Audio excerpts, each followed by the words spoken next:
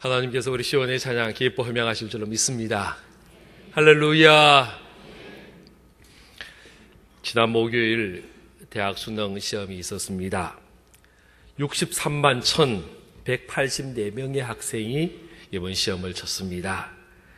물론 그 가운데서는 이미 수시에 합격하고 좀 홀가분한 마음으로 시험을 친 학생들도 있었겠지만은, 그러나 그럼에도 불구하고 시험을 친다는 것, 그리고 그것도 지금까지의 모든 실력을 단 하루 만에 한순간에 모든 것을 평가받아야 한다라는, 그것은 굉장한 부담이 될 수밖에 없다라는 생각을 하게 됩니다.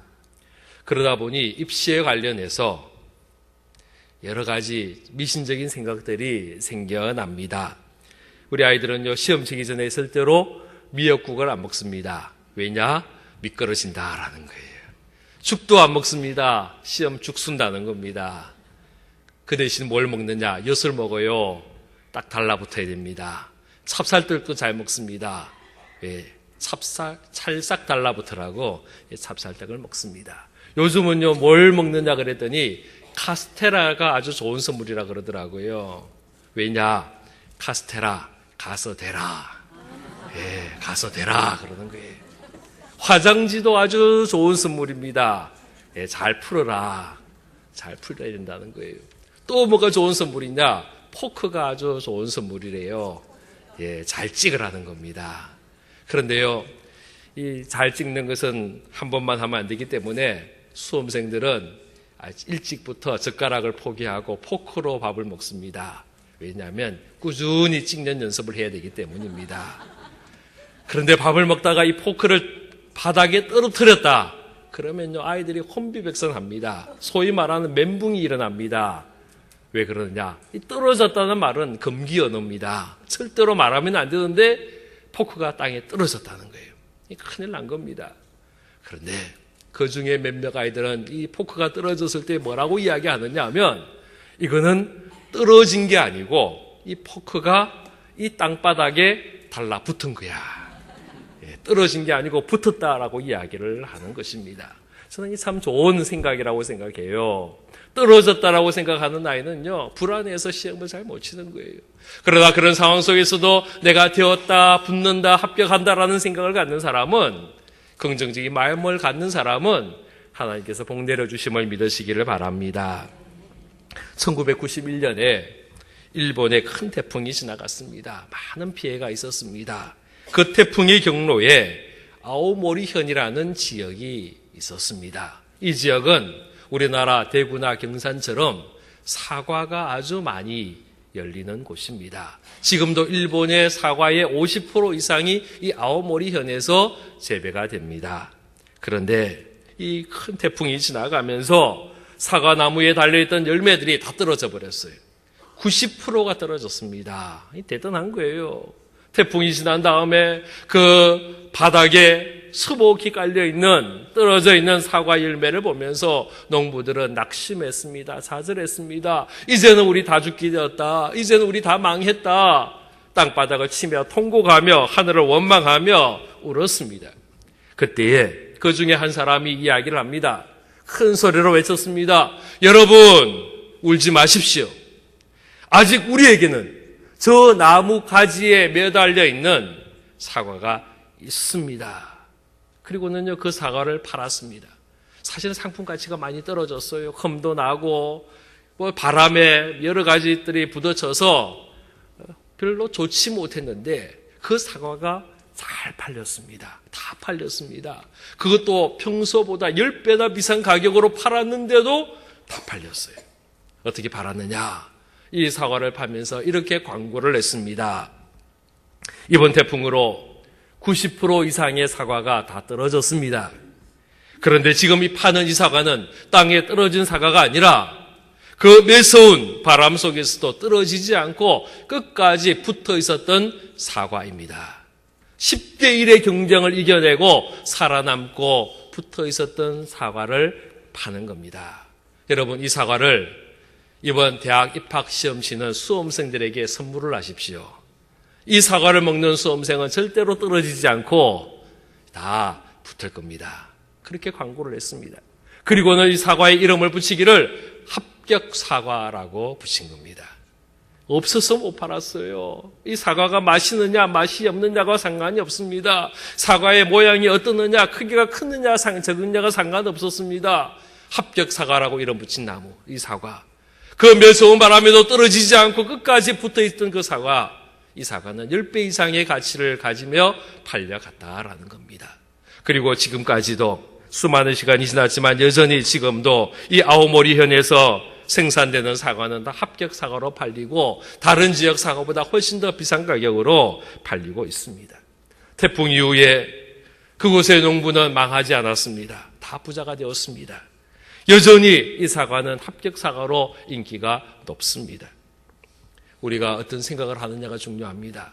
좌절과 실망과 염려와 근심거리를 바라보며 좌절하는 사람은 끝까지 좌절할 수밖에 없습니다. 그러나 소망을 바라보고 희망을 바라보고 가능을 바라보고 긍정을 바라보고 사는 사람은 하나님께서 복 내려주시는 줄로 믿으시기를 바랍니다.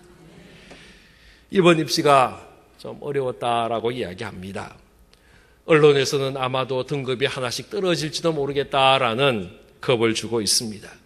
시험이 끝나고 그 시험장을 나오는 아이들 중에 수많은 아이들이 울면서 나왔습니다. 지금 우리 아이들에게 필요한 것은 야단이 아닙니다. 책망이 아닙니다. 잘했느냐 못했느냐 문책이 아닙니다. 지금은 따뜻한 위로가 필요할 때입니다. 여러분 자녀들 안아주시기를 바랍니다. 그리고 저들이 하나님을 바라보도록 만들어야 합니다.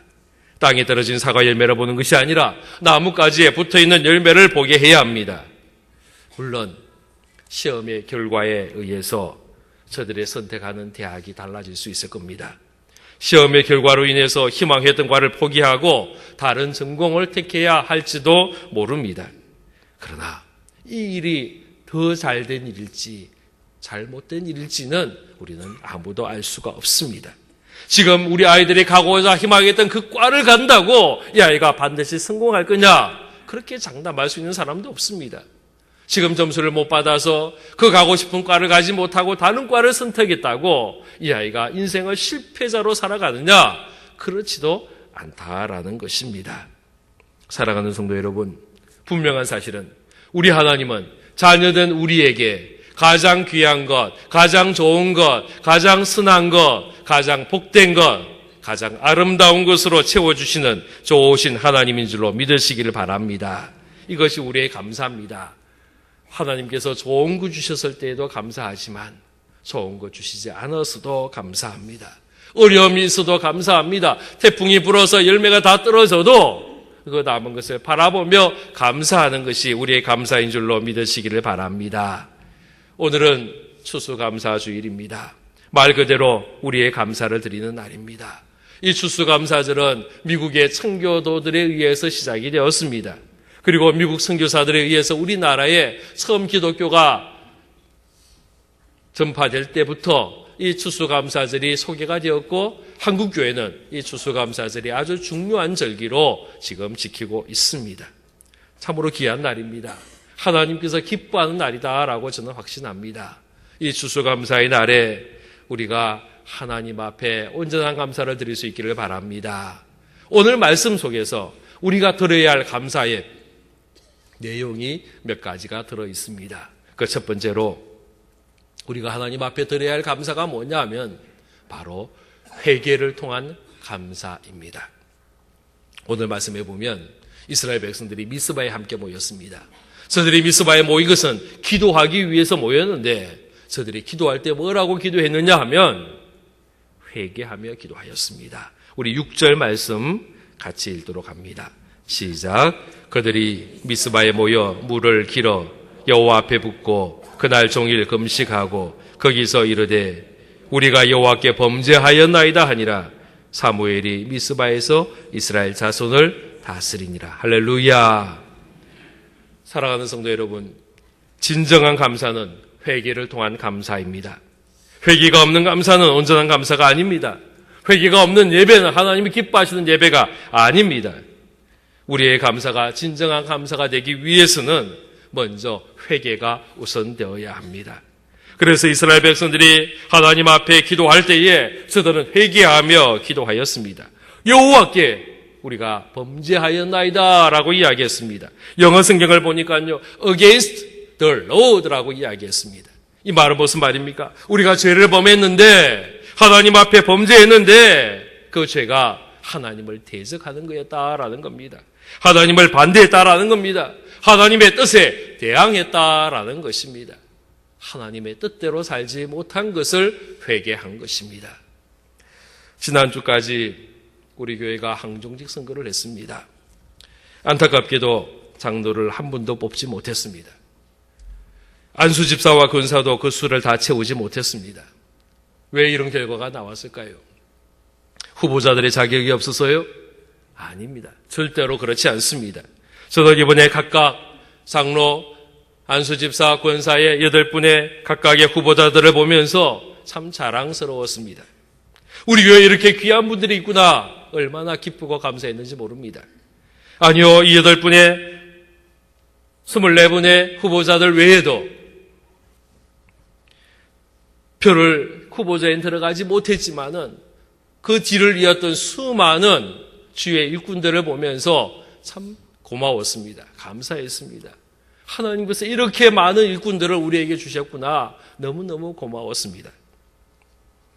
어떤 분은 장로를 한 번도 뽑지 못한 것이 하나님의 뜻이 아니겠느냐라고 조심스럽게 이야기하는 분도 있었지만은 저는 그렇게 생각하지 않습니다. 하나님의 뜻은요, 5명을 뽑는 것이었습니다. 이것을 위해서 우리가 기도했고 이 응답을 받았고 그래서 우리가 투표하게 된 것입니다. 하나님께서 우리에게 충분한 후보자들도 허락하여 주셨습니다. 다 뽑지 못한 것은 하나님의 허락이 없어서가 아니라 우리가 잘못했기 때문입니다. 나의 이기적인 마음 때문에, 나의 잘못된 감정 때문에, 내 속에 있는 미워하는 마음 때문에 하나님께 주신 그 귀하고 좋은 일꾼들을 우리는 하나님의 일꾼으로 얻지를 못한 것입니다. 하나님의 책임이 아니라 바로 우리의 잘못 때문입니다. 이번 선거를 지나가면서 수많은 말들이 들려왔었습니다. 차마 제 입으로 옮기기도 민망한 말들을 많이 들었습니다. 제 가슴이 얼마나 아팠는지 모릅니다. 사랑하는 성도 여러분, 이러한 모습들은 하나님이 기뻐하는 모습이 아닙니다. 형제를 사랑해야 되는데 도리어 미워하는 마음으로 하나님 앞에 서는 거 하나님이 기뻐하지 않으시는 것입니다. 마태복음 5장 23절 말씀에 보면 예물을 제단에 드리다가 거기서 내 형제에게 원망 들을 만한 일이 있는 것이 생각나거든 예물을 제단 앞에 두고 먼저 가서 형제와 화목하고 그 후에 와서 예물을 드리라 그랬습니다. 오늘 우리가 추수감사 예배를 드리는데 우리가 이 예배를 앞서서 감사 예배를 앞서서 혹시 우리 마음에 여전히 미워하는 마음, 용서하지 못하는 마음이 있다면 우리는 주님 앞에 내려놓고 화목하고 용서를 빌고 하나님 앞에 예배드려야 이 예배가 온전한 감사 예배가 되는 것입니다. 지난 10월 말에 세계 3대 피아노 콩쿨 중 하나인 폴란드 국제 쇼팽 피아노 콩쿨 대회가 있었습니다. 이곳에서 21살 된 조성진이라는 피아니스트가 한국인 최초로 우승을 했습니다. 1등을 했습니다. 이 대회는요, 그 피아노 콩쿨 중에 굉장히 권위 있는 대회입니다. 1927년 시작을 했는데 해마다 열리는 것이 아니라 5년에 한 번 열리는 대회입니다. 이번이 17번째 대회였습니다. 27개 나라에서 160명의 피아니스트가 참석을 했습니다. 예선을 거쳐서 78명이 본선에 올랐고요. 또 3차의 경연을 통과해서 10명이 본선에 오르고 이 본선에서 결선에서 10명이 연주를 해서 이 조성진 군이 1등이 된 것입니다. 나중에 홈페이지에 심사위원들의 채점표가 공개가 되었습니다. 17명의 심사위원들이 채점을 한 겁니다.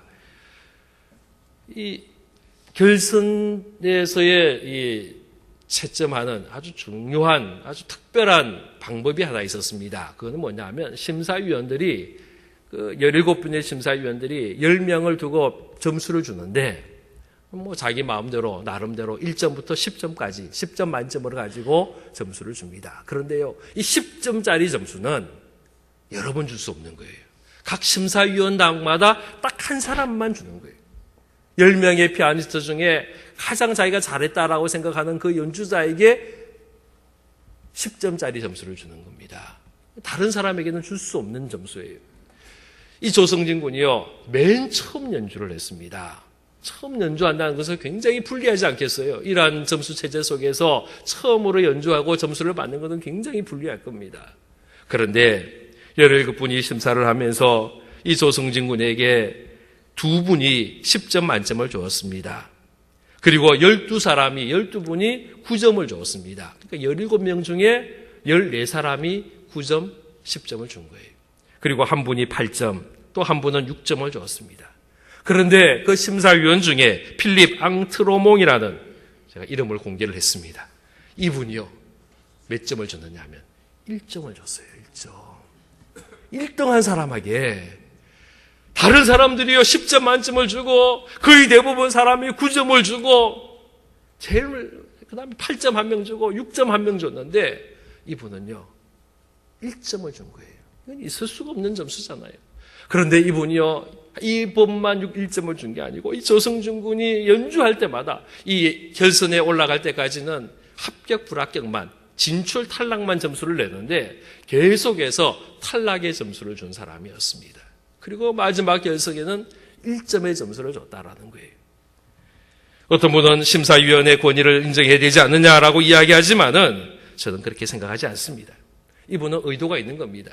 이분이 심사할 때에 조성진 군이 잘했느냐 못했느냐 점수가 몇 점이냐를 계산한 게 아니라 이분이 1등하면 안 된다라고 생각하고 점수를 준 것이었습니다. 저는 이것이 문제라고 생각합니다. 이걸 뭐라고 이야기하느냐? 몽리라고 이야기합니다. 자기의 주장을 펴기 위해서 잘못된 행동을 하는 것, 의도적인 행동을 하는 것, 이걸 몽리를 부린다라고 이야기를 합니다. 혹시 우리가 항정직 선거를 하면서 혹시 이런 마음으로 투표하지는 않으셨습니까? 만약 그런 마음으로 우리가 했었다면 우리 회개해야 합니다. 말로는 한 형제라고 하면서, 말로는 한 가족이라고 이야기하면서 저 사람은 장로 되면 안 돼, 집사 되면 안 돼, 권사 되면 안 되라고 우리가 소리쳤다라면, 그런 마음으로 투표했다면 우리는 회개해야 합니다. 사랑하는 성도 여러분, 오늘 추수감사주일입니다. 지난 1년 동안 지나오면서 우리가 하나님 앞에 감사하기 이전에 하나님 보시기에 부끄러운 모습이 있었더라면 회개해야 합니다. 용서하지 못한 마음 회개해야 합니다. 품어주지 못했던 마음 회개해야 합니다. 용납하지 못했던 그 모습 회개해야 합니다. 인내하지 못하고 참아주지 못했던 그 모습 우리 회개해야 하는 것입니다. 회개하지 않고 진정한 감사 예배는 있을 수 없습니다. 우리 하나님은 회개를 통한 감사를 원하시고, 회개를 통한 기도를 원하시고, 회개를 통한 하나님 앞에 나아감을 기뻐하심을 믿으시기를 바랍니다. 두 번째로요, 우리가 하나님 앞에 드려야 할 감사는 하나님이 여기까지 우리를 도우심에 대한 감사입니다. 이스라엘 백성들이 함께 모였을 때 블레셋 사람들이 쳐들어왔습니다. 전쟁이 일어났습니다. 전쟁의 소식을 들은 이스라엘 백성들이 염려하며 두려워하며 무서워하였습니다. 그때에 저들이 선택한 것이 뭐냐? 기도하는 일이었습니다. 사무엘이 하나님 앞에 기도했습니다. 기도는 가장 강력한 힘입니다. 위기의 순간에, 어려움의 순간에, 염려의 순간에, 문제의 순간에 우리는 하나님 앞에 기도해야 합니다. 기도하면 우리 하나님이 들으시는 줄로 믿습니다. 9절 말씀 우리 같이 읽겠습니다. 시작. 사무엘이 젖 먹는 어린 양 하나를 가져다가 온전한 번제를 여호와께 드리고 이스라엘을 위하여 여호와께 부르짖음에 여호와께서 응답하셨더라. 할렐루야. 사랑하는 성도 여러분, 우리 하나님께서 이스라엘을 위해 싸우셨습니다. 10절 말씀해 보면 하나님이 우레를 내렸다라고 이야기합니다. 블레셋 사람들에게 번개를 내렸습니다. 이 번개를 얻어맞고는요, 블레셋 사람들이 도망을 가는 거예요. 흩어지는 거예요. 그래서 이스라엘이 그 전쟁에서 이기게 되었습니다. 전쟁이 마친 다음 이스라엘 사람들은 분명히 알았습니다.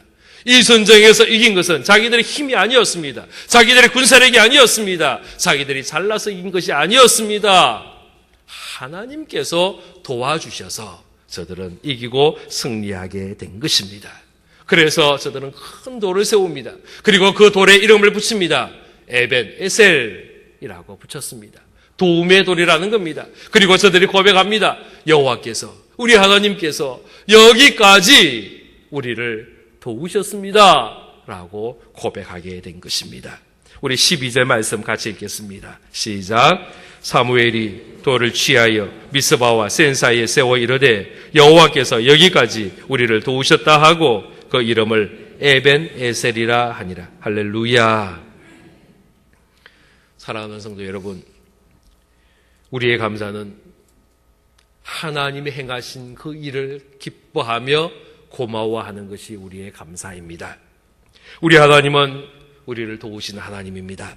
우리와 함께 하신 하나님입니다. 우리 편이 되셔서 우리를 위로하시고 우리를 어루만져 주시고 따뜻하게 우리를 껴안아 주시는 분이 좋으신 우리 하나님인 줄로 믿습니다. 우리 하나님 우리의 기도를 들어주셨습니다. 우리의 보호자가 되셔서 우리를 지키시고 인도하셨습니다. 그래서 우리가 여기까지 나오게 된 줄로 믿습니다. 좋으신 하나님, 좋으신 하나님, 참 좋으신 나의 하나님. 할렐루야. 우리 함께 찬양합시다. 우리의 기도를 들으시는, 우리의 기도를 응답하시는 좋으신 하나님, 우리의 기도를, 우리의 기도를 응답해 주시는 참 좋으신 나의 하나님, 한없는 축복을, 한없는 축복을 우리에게 주시는 참 좋으신 나의 좋으신 하나님, 좋으신 하나님, 좋으신 하나님, 참 좋으신 나의 하나님.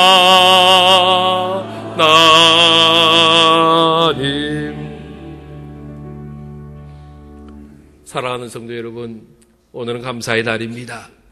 우리의 감사 속에 좋은 것도 감사하고 좋지 못한 것도 감사합시다. 기도 응답받은 것도 감사하고 아직 응답받지 못한 것도 감사합시다. 건강한 것도 감사하고 혹 건강하지 못한 것도 우리 감사합시다. 안전한 것도 감사하고 혹 사고를 당하거나 혹 어려움을 처했다 할지라도 우리 감사합시다. 부요한 것도 감사하고 그렇지 못한 것도 우리 감사합시다. 잠을 깊이 잘 수 있어도 감사하고 잠을 설치고 잠을 이루지 못한다 할지라도 우리 감사합시다. 직장이 있어도 감사하고 아직 여전히 직장을 구하고 있어도 우리 감사합시다. 감사하는 자에게 더 많은 감사의 은혜를 허락하여 주실 줄 믿습니다. 여기까지 우리를 도우신 하나님께서 앞으로도 계속해서 우리를 도우시고 우리와 함께 하시고 우리를 이끄시고 우리를 도우실 줄 믿습니다. 기도하겠습니다. 아버지 하나님, 하나님의 놀라우신 은혜에 감사를 드립니다. 좋으신 하나님, 우리와 함께 하신 하나님, 우리를 돌보신 하나님, 우리에게 가장 좋으신 것으로 주시는 좋으신 하나님, 감사를 드립니다.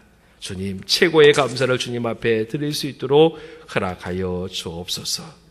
예수 그리스도의 이름으로 기도하옵나이다. 아멘.